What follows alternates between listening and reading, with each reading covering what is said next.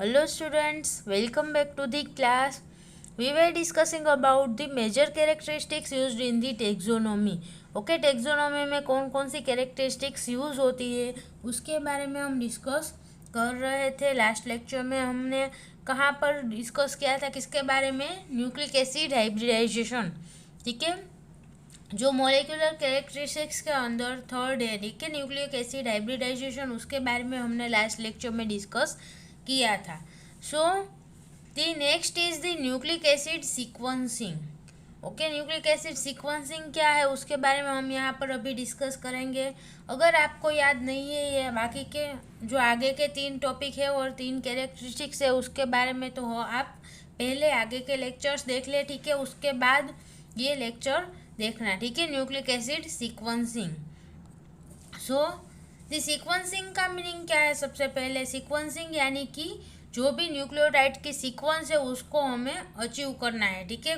कौन कौन से नाइट्रोजन बेस प्रेजेंट है, किस सीक्वेंस में प्रेजेंट है, उस सीक्वेंस को आइडेंटिफाई करना है, ठीक है। फिर उसके बाद उन सभी सीक्वेंसेस को ही यहाँ पर हम कंपेयर करेंगे कि एक न्यूक्लिक एसिड की क्या सीक्वेंस है, दूसरे न्यूक्लिक एसिड की क्या सीक्वेंस है, उन सीक्वेंसेस को यहाँ पर हम कंपेयर करेंगे। So genome structures can be directly compared only by the sequencing DNA and RNA, ठीक है। डीएनए आरएनए की सीक्वेंसिंग करके उनके जीनोम स्ट्रक्चर है, ठीक है, उसका स्ट्रक्चर है, उसको हम कंपेयर कर सकते हैं। So techniques for rapidly sequencing both DNA and RNA are now available. Okay, nowadays हम डीएनए आरएनए किसी को भी अगर हमें सीक्वेंसिंग करना है किसी का, तो उसके लिए बहुत सारी मेथड्स अवेलेबल है। So rapid sequencing methods are available for DNA and RNA sequencing. Thus far, RNA sequencing has been used more extensively in the microbial taxonomy, ठीक है। माइक्रोबियल टेक्सोनोमी के लिए आरएनए सीक्वेंसिंग मोस्ट इम्पोर्टेंट है। DNA की sequencing उतना important नहीं है जितना आरएनए सीक्वेंसिंग इम्पोर्टेंट है। ऐसा क्यों, वो आपको आगे समझ में आ जाएगा, ठीक है। So most attention has been given to sequence of the 5S and 16S rRNAs. Okay, these are the two parts of the rRNA that are isolated from the 50S and 30S subunits of the prokaryotic ribosomes. Okay, prokaryotic ribosome है उस वो 2 सब unit का बना हुआ होगा, ठीक है, 50S and 30S। So 50S का कौन सा फ्रेगमेंट? 5S rRNA एंड जो 30S सब यूनिट है उसका 16S rRNA फ्रेगमेंट। ये दोनों जो सीक्वेंसिंग है वो मेजरली कंपेयर की जाती है, ठीक है। 5S rRNA and 16S rRNA are majorly compared for the microbial taxonomy. और माइक्रो ऑर्गेनिज्म के क्लासिफिकेशन के लिए ये दोनों सीक्वेंसेस है वो मेजरली यूज होती है। The rRNAs are almost identical for the rRNAs are almost ideal for study of the microbial evolution and relatedness since they are essential to a critical organelle found in the all microorganisms. Okay, rRNA sequence इतनी important क्यों है? क्योंकि वो सिर्फ कहाँ पर present है? Critical organelle, ठीक है, किसी एक ऑर्गेनेल में ही प्रेजेंट है वो सीक्वेंस। कहाँ पर प्रेजेंट होती है? राइबोसोम के अंदर, ठीक है। सो राइबोसोम के अंदर ही प्रेजेंट होगी, आरआरएनए प्रेजेंट होगा, ठीक है।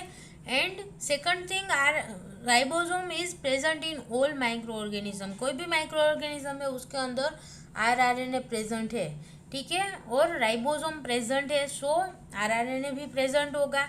And their functional role is the same in all ribosomes. Okay, कोई भी माइक्रो ऑर्गेनिज्म के अंदर राइबोसोम प्रेजेंट है उसके अंदर आरआरएनए प्रेजेंट होगा, ठीक है। एंड आरआरएनए का जो फंक्शन है, उसका जो रोल है सेल के फंक्शन में, ठीक है, वो सेम होगा सभी माइक्रो ऑर्गेनिज्म के अंदर।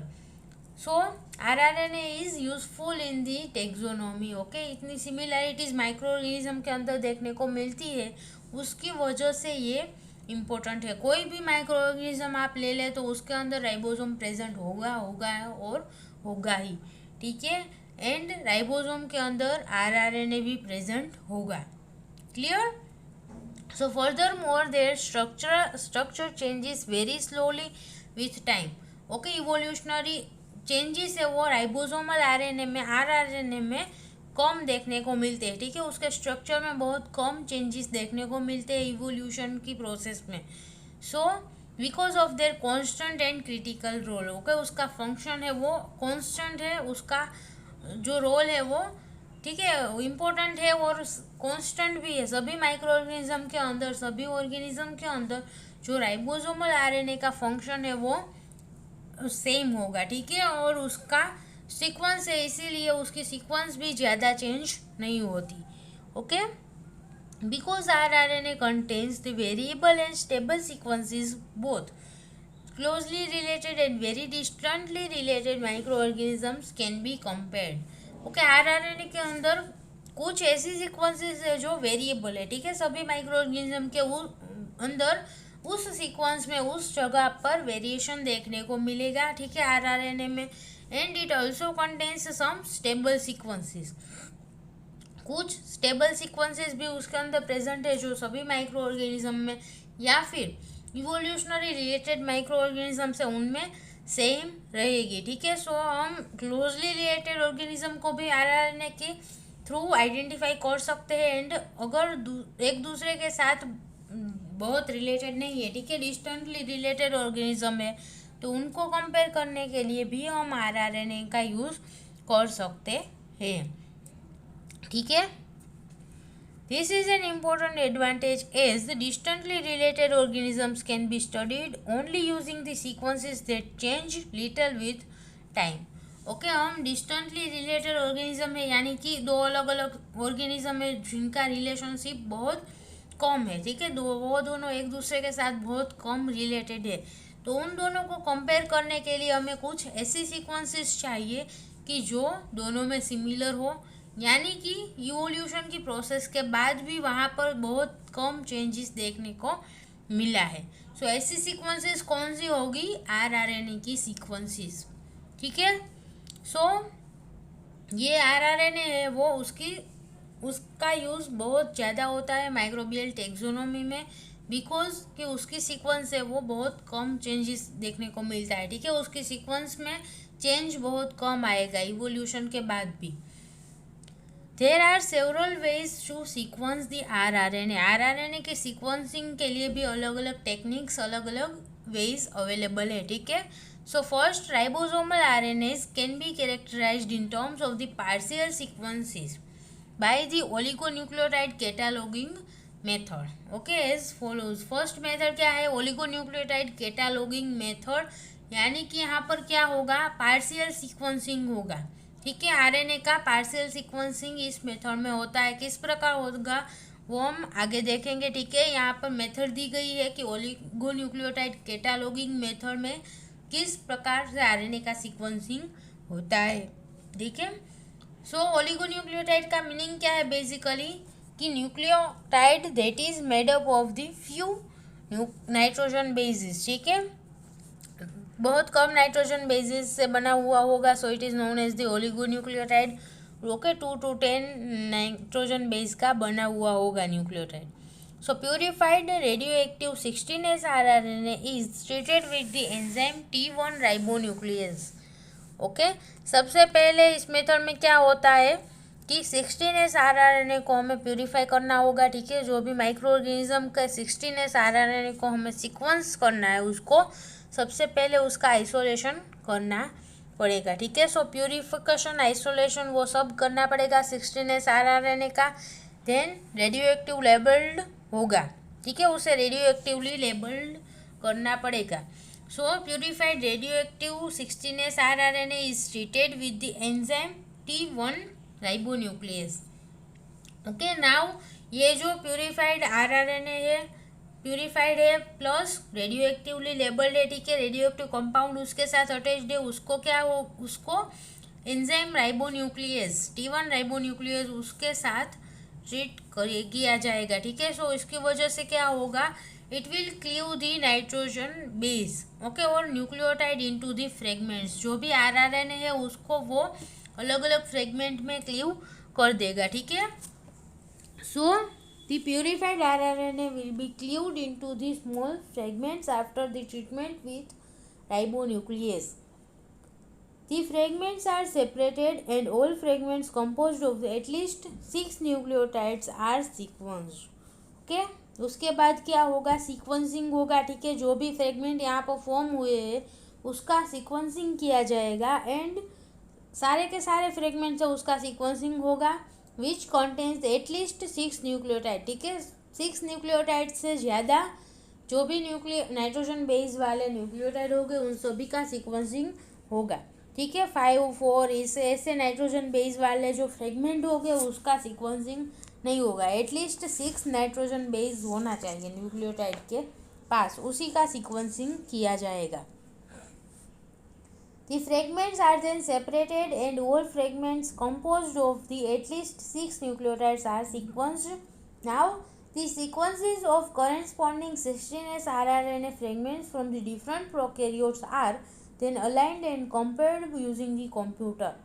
Okay, अलग अलग माइक्रो ऑर्गेनिज्म में से, अलग अलग प्रोकैरियोट्स में से जो भी 16S rRNA के सीक्वेंस हमने यहाँ पर सीक्वेंसिंग किया है, ठीक है, अलग अलग फ्रेगमेंट का जो सीक्वेंसिंग किया है उसको कंपेयर किया जाएगा, ठीक है। एक माइक्रो ऑर्गेनिज्म में से जो भी फ्रेगमेंट मिले हैं हमें उसका सीक्वेंसिंग किया, फिर दूसरे माइक्रो ऑर्गेनिज्म में से 16S rRNA को आइसोलेट किया, उसका सीक्वेंसिंग किया, ठीक है, उसके फ्रेगमेंट्स का सीक्वेंसिंग किया, उन सभी फ्रेगमेंट्स को अभी क्या किया जाएगा, कंपेयर, ठीक है।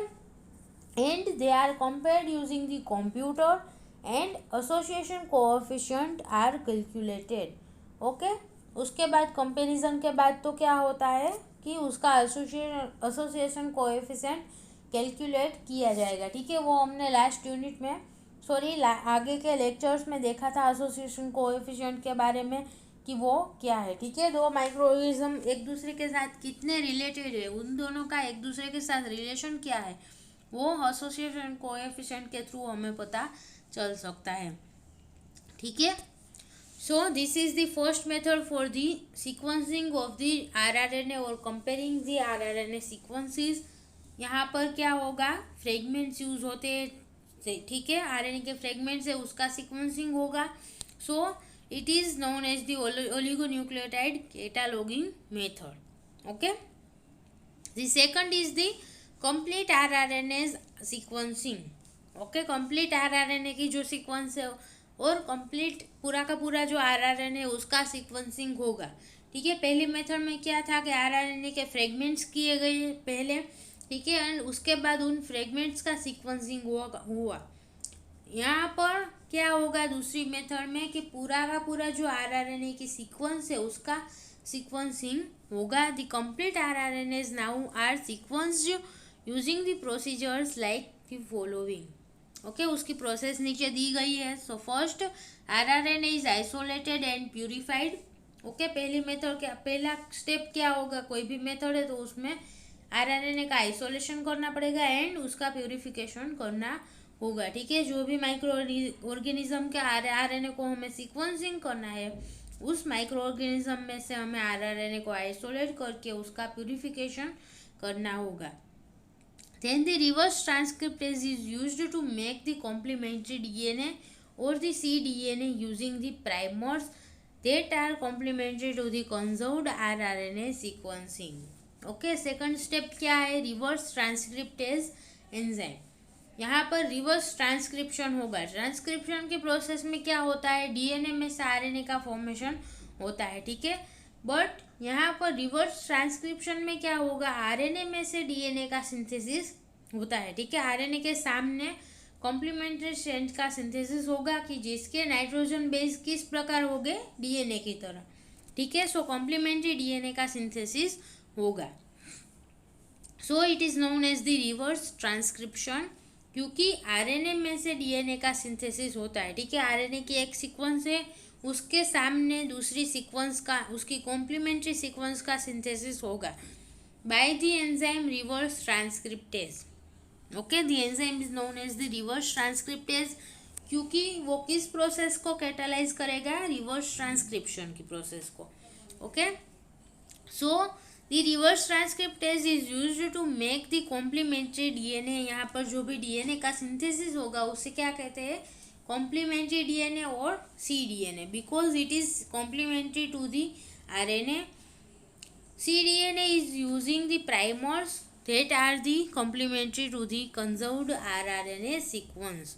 ओके, rRNA में जो भी कंजर्व्ड रीजन है उसके अगेंस्ट के प्राइमर यहाँ पर यूज हो गए for the initiation of the transcription. The next, the polymerase chain reaction amplifies the cDNA.